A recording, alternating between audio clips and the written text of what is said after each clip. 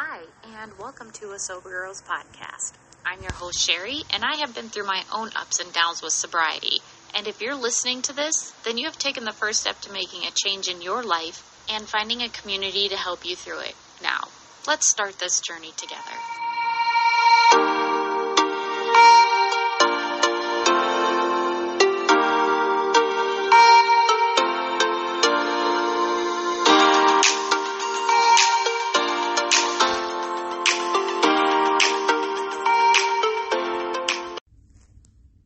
Hey fam, what's up? It's Sherry. This episode is going to be a little bit different than what we are used to. I had started writing this episode back on the plane when I was headed home to my home state, and it's just so interesting how things work out. And this episode, I was talking about and wanted to address my stressors. I haven't been home very much since I've been sober, and so there are a lot of different things about being home that can be a stressor for me. So, without further ado, this is going to be an episode which I started writing on the plane and actually comes to fruition. It's like I knew on Monday night. Happy Wednesday, fam. I know we have been going through the steps lately, and they are important, but just as important are real life situations. If you follow me on Instagram, you know that I like to do little life takes when I have things that come up or come to mind that happen in real life in real time. The point of these is to show that sobriety is live and in the moment, that the program has to be there because addiction is a living, breathing creature. As I write this, I'm on an airplane the size of a freaking tampon, and I hate these planes. They have the worst reaction to turbulence. They're super tiny, and I am 5 feet tall, so for me it's not that bad. But my seatmate, he's 6'4" and completely miserable. He's in good spirits and funny though. He agreed I can share a picture that I took because, he states, I don't have enough comments about my huge feet. I have shared the picture on Instagram for your amusement. I feel so bad for him, but he's a good sport. I digress. As I start my journey home, there are things that I'm absolutely looking forward to. Twins game, new friends, old friends, my family, sports rivalries. My husband is fearful for me going home because he worries about stressors, and believe me, I have them. Going home, I typically avoid places that either make me feel no self-worth, embarrassed, uncomfortable. That also means avoiding people who I used to use with or don't respect my boundaries, which will come up later in this episode. So basically, I have to start all over being home. However, I have now taken my life to Minneapolis. I have a new life there. I have friends who are basically like family and people who respect my boundaries. I still love doing things in St. Cloud, but I keep my mom close by and only really go to a few places. For me, stressors are more social and environmental. I can handle social media, but with caution. With everything going on in cancel culture, it does seem to be rampant.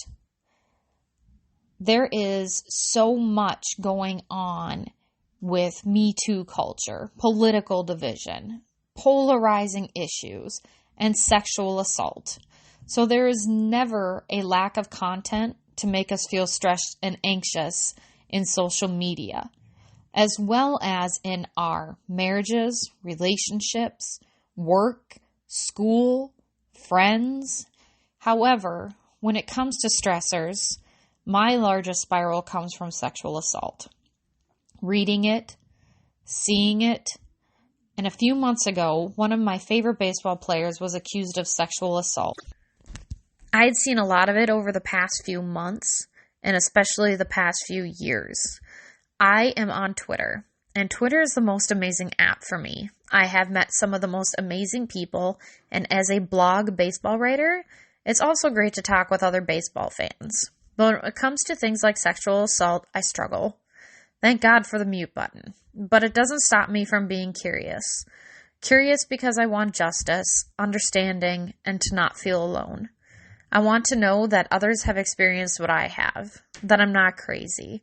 I have watched, and the rest of the world has watched, Brett Kavanaugh, the U.S. gymnastics Olympic coach, and now Trevor Bauer. It was somewhere in between the U.S. gymnastics coach and Trevor Bauer that I had a huge breakdown, and I realized that I had been repressing all these feelings. I had done my step work, I had entered into therapy previously, and I am fully aware that 1, it is not my fault, 2, I can't change it, and 3, that it does not define me. I have never really had an emotional reaction like that, and I remember being in a daze for quite a few days, actually. It wasn't that it was my favorite player, it was the realization that it really can be anybody, and that hurt. And coming home to Minnesota, there was no sexual assault, there was nothing of that nature, but I did realize being home that people you think aren't capable of doing things truly are. And from this incident prior with Trevor Bauer, now I'm frustrated and I'm sad and I'm very vulnerable and emotional at this time. Now, I'm not here to debate people's guilt or innocence. I am simply discussing my stressors and triggers and my reaction of the news to sexual assaults and my emotions as they play out over the next coming weeks. One woman that I follow, her name is Abby, and she was a victim of a brutal assault back home in Minnesota. She is also sober and someone I would love to bring to this platform someday. She is very honest about her sobriety and her struggles. The most important thing about stressors is a program and a sponsor. I know I hit this all the time, but you guys, without a sponsor, making it in this program just isn't going to happen. I'm not saying that friends aren't important, but when we are in a moment of frustration, anger, emotions, and disbelief, we need that person who understands our reaction and vulnerability. And my mistake that I will explain to you later on comes from going to my friends instead of my sponsor when the situation arose this week. My sponsor knows everything that I'm going through. I admit, at times, I am horrible with accountability. But I do know that someone else knowing how I feel takes a lot of the burden off of me. There's a part of the big book that states, we will intuitively know how to handle situations that used to baffle us. And that is the truth. It's as true now as it was when I started.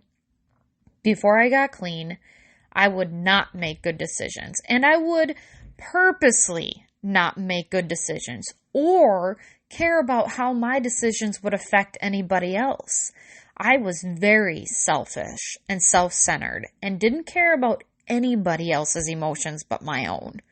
I would submerge myself into my stressors or my situations that would lead me to drink. If I wanted to cheat, drink. Be fun, drink. Deal with being alone, drink. Deal with emotions, drink. You get it. Always an excuse or a reason to drink. Now, as I head home, I'm looking for every reason not to drink. Instead of surrounding myself with situations that would cause me to drink, I now surround myself with situations that create a safe space. But a safe space isn't always safe, and I would learn that this week. I still have to stay aware, stay focused, and diligent. When I go out, I do 3 things.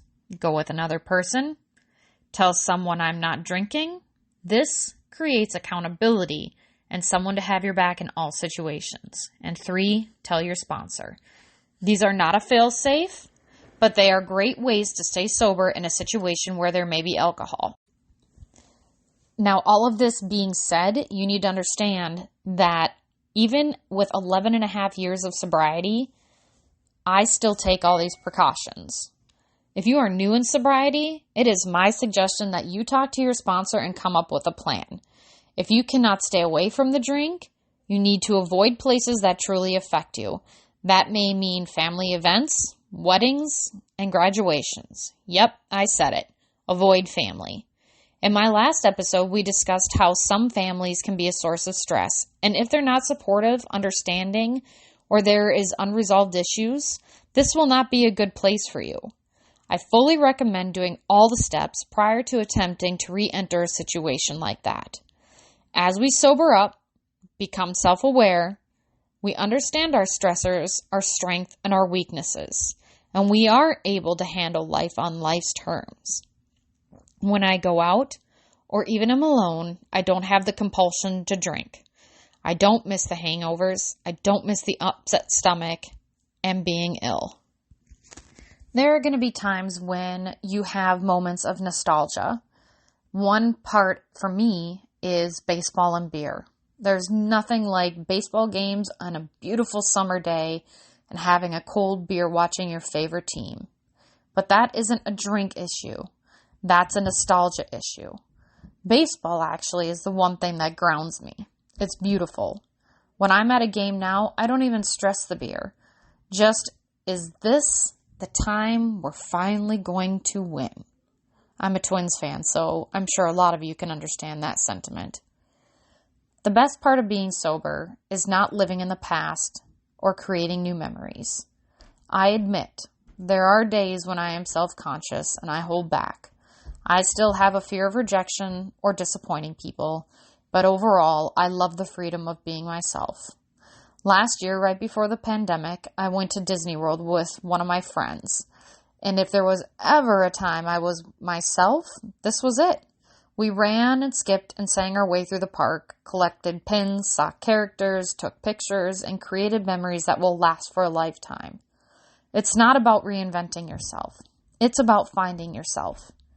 I now look forward to new adventures, to being spontaneous, and having the clear presence of mind to be a good wife, mother, daughter, sister, and friend. Stressors are normal. They will happen at home, work, school, social media, out with friends, anywhere you are. So it's important that you continue to work your program because you never know what will pop up. Since starting this episode, I have made it home. And I have had an amazing week so far. But it's amazing how when you're in the program that God or your higher power knows what you need before you do. I truly believe that this topic was put on my heart because I was getting ready to be tested and I didn't know it.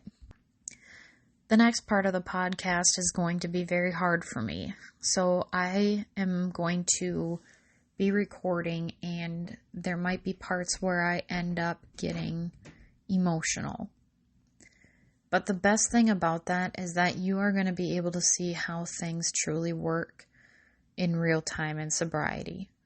And when I'm done with this podcast, I actually need to call my sponsor and update her on everything that's going on because it has truly been a very rough 24 hours.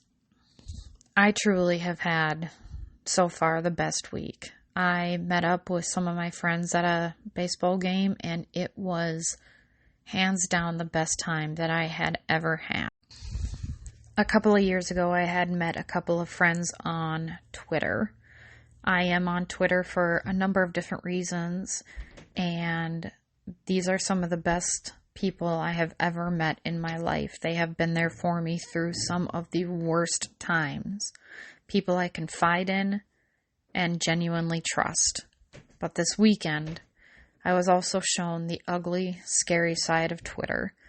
I befriended a person who, when they showed me their true colors, they put me, my friends, and my family in a very bad situation. In an attempt to resolve the situation, I made it worse. What happened was I had invited someone out who I thought would be of decent character, and due to the fact that they were sober or in sobriety, I had wrongfully, more than likely, assumed that they had worked the steps.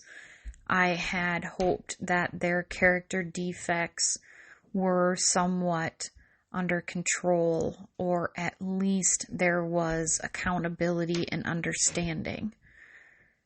After looking back at it, I don't know if that was actually the case.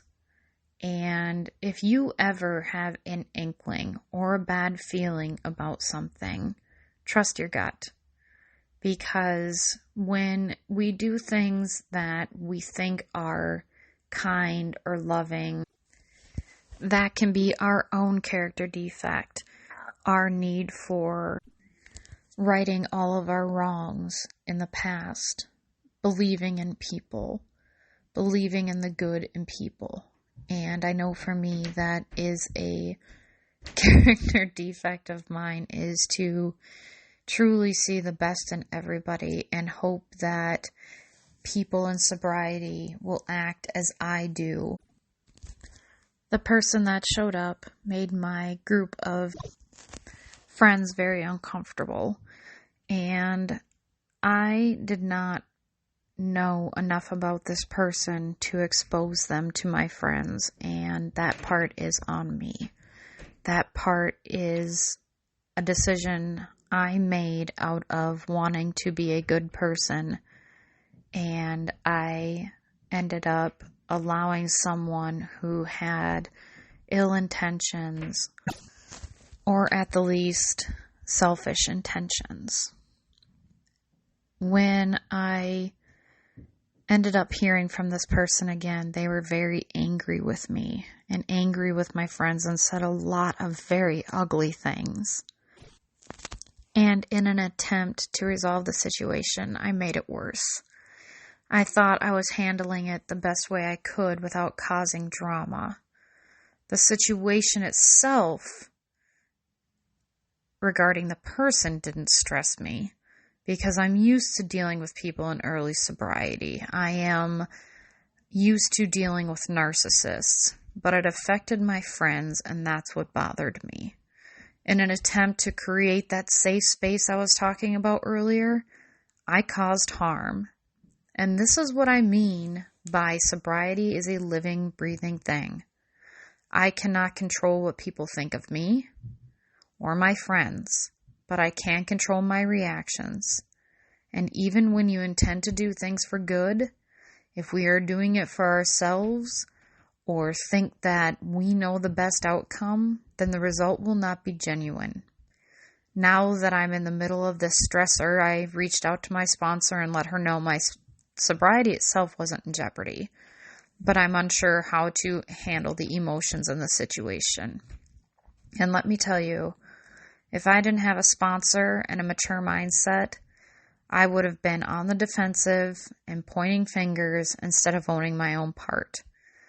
People who don't work the program are more likely to not want to be held accountable, accept responsibility, or handle the fallout from their actions. Being able to work step 9 is not easy. I thought I was telling my friends something that needed to be told, but I did not follow the rule when to do so would injure myself or others.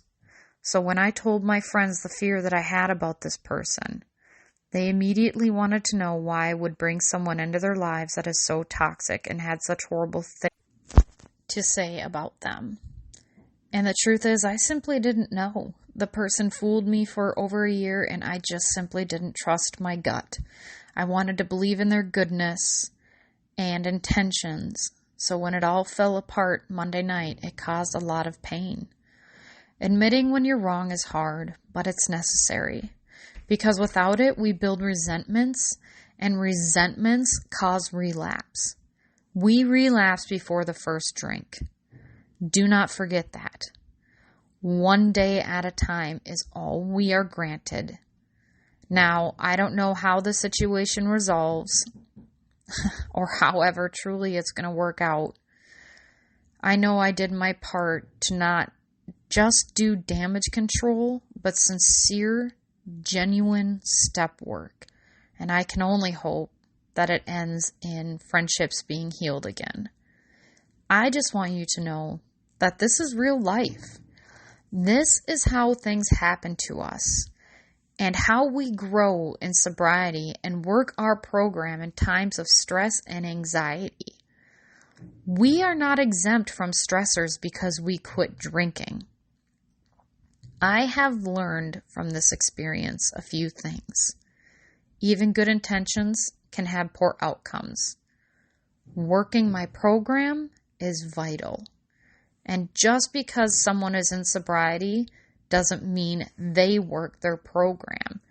And it's okay to set boundaries with other AAs. I think the thing that I can take away from this the most, and I hope that you can see as you've listened to my story, is that emotional sobriety is just as important as putting the plug in the jug. If we are not being diligent about our emotions and pausing and reflecting and not reacting, as much as we are about not taking that first drink, it becomes much easier for us. I really love these people. They are not just friends, they're family. They have taught me so much about not only what friendship is really like, but myself. I am a much better person because of them. And to know that I made a mistake and hurt their feelings really does bother me. And if you can take away from this anything about learning how to trust your gut, work your program, and knowing how to set proper boundaries that will protect not only yourself and your sobriety, but other people in your life, I hope that you can do that. We all have our own battles going on. And when we are trying to fight our battles and a new battle comes up, it becomes very stressful.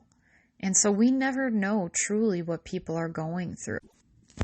If their reaction to a scenario is putting up boundaries, we have to respect that. Just because we take step 9 and make our amends does not always mean that there's going to be a happy ending. And that's one thing that you really need to understand. That even if we stay away from people, places, and things, we truly still can find those stressors and those old emotions and feelings. And we can create our own issues, even in sobriety. And working the steps doesn't guarantee that we are going to not ever make anyone upset again, or that there's even going to be happy endings. But you will experience joy and freedom in knowing that you are doing the best you can in your program. Now, as hard as this episode was for me to record, I did promise you that we would be ending in a list of things and having an attitude of gratitude. Because as hard as this was, there are still things that are in my life that I am very grateful for. I am especially grateful for one of my friends reaching out to me to say, hey, I know that you had good intentions, but at this time, I just have a lot going on and I need some time to process this. So I am grateful for understanding friends. I am so grateful for this time home with my family, and I am very thankful for the program. I have so much gratitude for this program because as much as I hated what happened, it did give me the correct tools to not fix it, but to go back and work my side of the street. And that's the best thing that you can do. Keep your side of the street clean and just keep moving forward. And don't forget, you guys, We have said in AA for as long as I can remember that it's about progress, not perfection. We are never going to be perfect, but we can make progress in that quest for perfectionism. I really hope that you can see how my mess that I have for myself has become a message for you. Hopefully a message for you that allows you to go, oh my gosh, if I ever find myself in this situation, these are the things I need to do. Remember to pause, breathe, don't react, and talk to your sponsor. I am excited to come back and talk to you next week, and I hope that you end up having a wonderful week. Thank you so much for joining us on this episode of A Sober Girls podcast, where we talk about our experience, strength, and hope to give you a brighter future in recovery. Please do not forget to subscribe, follow, save, and download so you can hear next week's episode. You can also follow us on Instagram and Twitter at A Sober Girls Pod, and online where I put all show notes and information at asobergirlspodcast.podbean.com. Also, soon you'll be able to subscribe to Patreon for additional features, so stay tuned. Until next time, fam, be